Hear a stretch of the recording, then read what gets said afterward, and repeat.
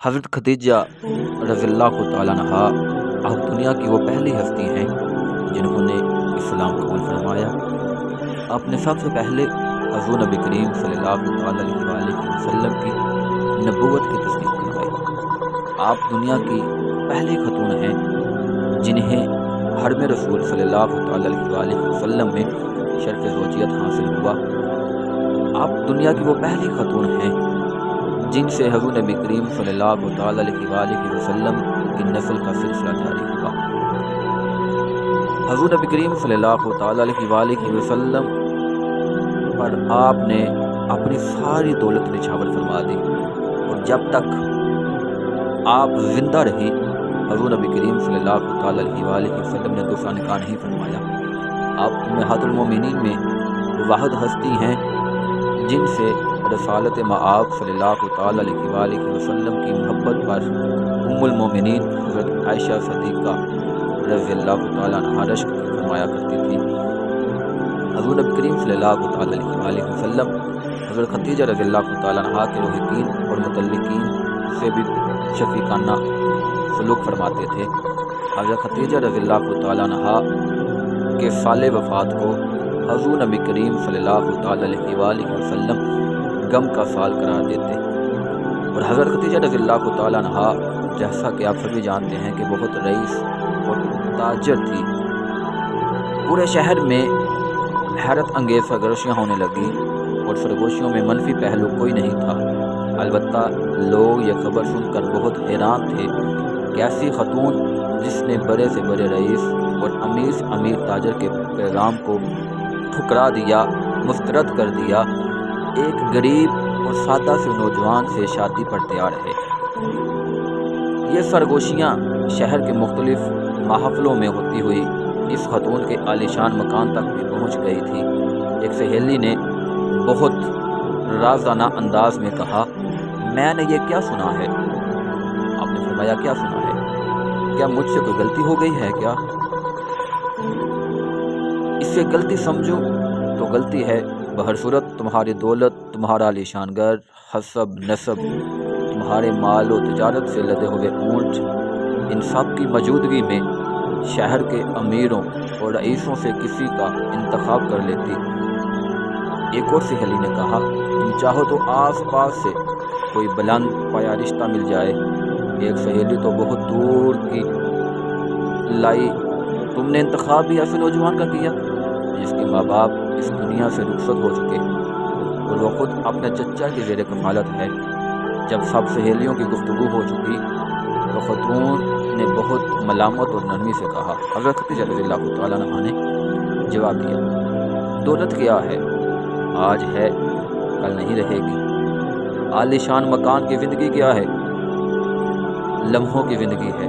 یہ سب امیر خاندانوں کو امیر خاندان تو دلا سکتی ہیں، مگر ایسا شخص جس کی کسی آلودگی میں اپنا دامن تر نہ کیا ہو، اور جس کی صداقت اور پاک بازی کی قسم اس کے دشمن بھی کھاتے ہوں، کیا میرا تمام مال و دولت اس کا بدل ہو سکتا ہے؟ سہیلیاں خاموش ہو گئی۔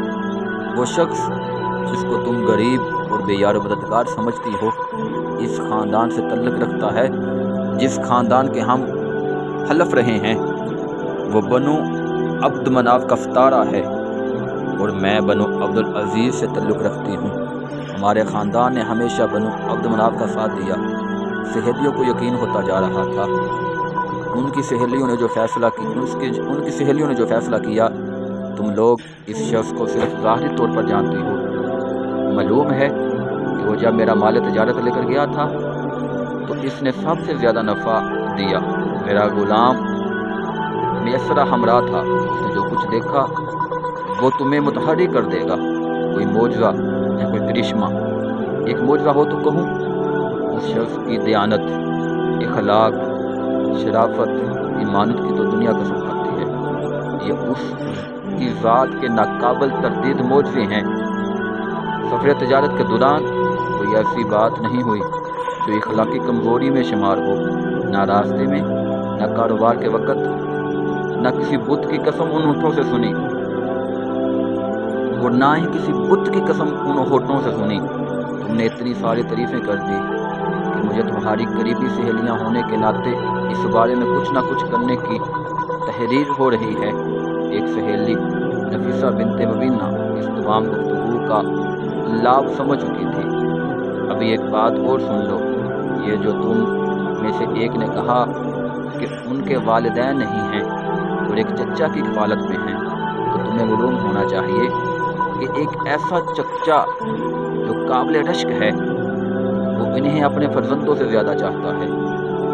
इस वक्त तक दफ्तर ख्वां पर एक नवाला किसी को नहीं खाने देता जब तक कि वो अपने भतीजे को ना खिला दे।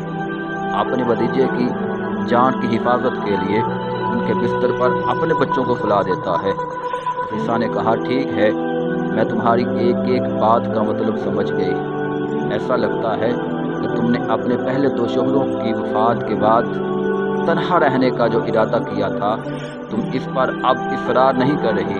हाँ, तुम ठीक ही समझी हो। मैंने एक ख्वाब देखा था, इनमें मुझे ख्वाब की तबीर नज़र आती है। ख्वाब, मगर ख्वाबों की बातें जागती जिंदगियां में कहाँ सच्ची होती हैं। मेरा ख्वाब सच्चा है। मैं अपने गमज़ाद भाई वर्का बिन नवाफल से पूछ चुकी हूँ, उसके मुतअब्बिर होने में किसी को शक नहीं है। नतीजा ख्वाब क्या था और तबीर क्या है? तुमने तो हमें सचमुच हैरत के समंदर में ढकेल दिया। एक सहेली ने दरियाफ्त किया, मैंने ख्वाब में देखा कि एक सूरज आसमान से मेरे घर में उतर आया है और सारा जहां, सारा शहर उसके नूर से उजागा जगमगा उठा है। वर्का ने बताया कि मेरी शादी ऐसे शख्स से होगी जो साहिब नबूवत होगा। मुझे यकीन है ये नौजवान ही वो सूरज है। मेरे दिल में कोई आस्था से सरगोशी करता है। खतीजा खुशनसीबी के इस मौके को हाथ से न जाने दे। मतलब समझ गई, ऐसा लगता है। मकान में रोशनी और खुशबू बिखर गई। ये वो मकान मक्का का बहुत मरूफ मकान था।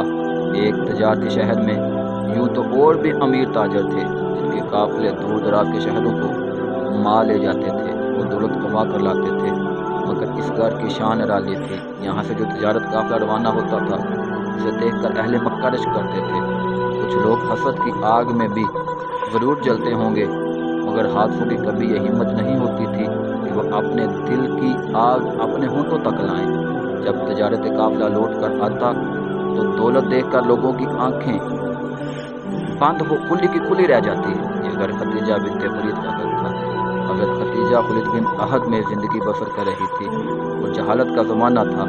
जिस कदर इखलाकी और समाजी बुराइयाँ मुमकिन हैं वो सब पूरे अरब में आम थी। मक्का तजारती मरकज़ होने के बायस दौलत और सरवत का मरकज़ भी था। इसलिए खराबियों ने इस शहर को कुछ ज़्यादा ही अपनी लपेट में ले रखा था। इस अखलाकी ज़माने में हज़रत खतीजातुल कुबरा रज़ियल्लाहु तआला अन्हा अपने हुस्न करदार और नेक सीरती की बना पर मरूफ थी। तिजारत में इन्होंने कभी झूठ, मुकर्रब और फरेब से नफ़ा नहीं कमाया था। इनकी ईमानदारी और शराफत पर लोगों को यकीन था। तिजारती लेन देन करने में या सामान तिजारत दूसरे शहरों में ले जाने के लिए भी लोग इनसे तिजारत का सामान लेकर जाते थे। और हज़रत खतीजातुल कुबरा रज़ियल्लाहु तआला अन्हा वो हस्ती हैं कि जिन्होंने अपना पूरे का पूरा माल, पूरी की पूरी दौलत, हर चीज़ मुसलमानों पर, इस्लाम पर खर्च कर दी। 10 रमज़ानुल मुबारक को हज़रत खतीजातुल कुबरा रज़ियल्लाहु तआला अन्हा का विसाल का दिन है। तो हमें चाहिए कि 10 रमज़ानुल मुबारक को अपने घरों में दुरूद शरीफ की महफिल सजाएं, दुरूद शरीफ पढ़ें और हज़रत खतीजातुल कुबरा रज़ियल्लाहु तआला अन्हा कुरान पाक की तिलावत करें और आपको असाले सवाब के तौर पर आपको याद किया करें। अल्लाह तबारक व तआला से दुआ है कि अल्लाह तबारक व तआला हमें इस्लाम पर कामिल और मजबूत रहने की तौफीक अता फरमाए।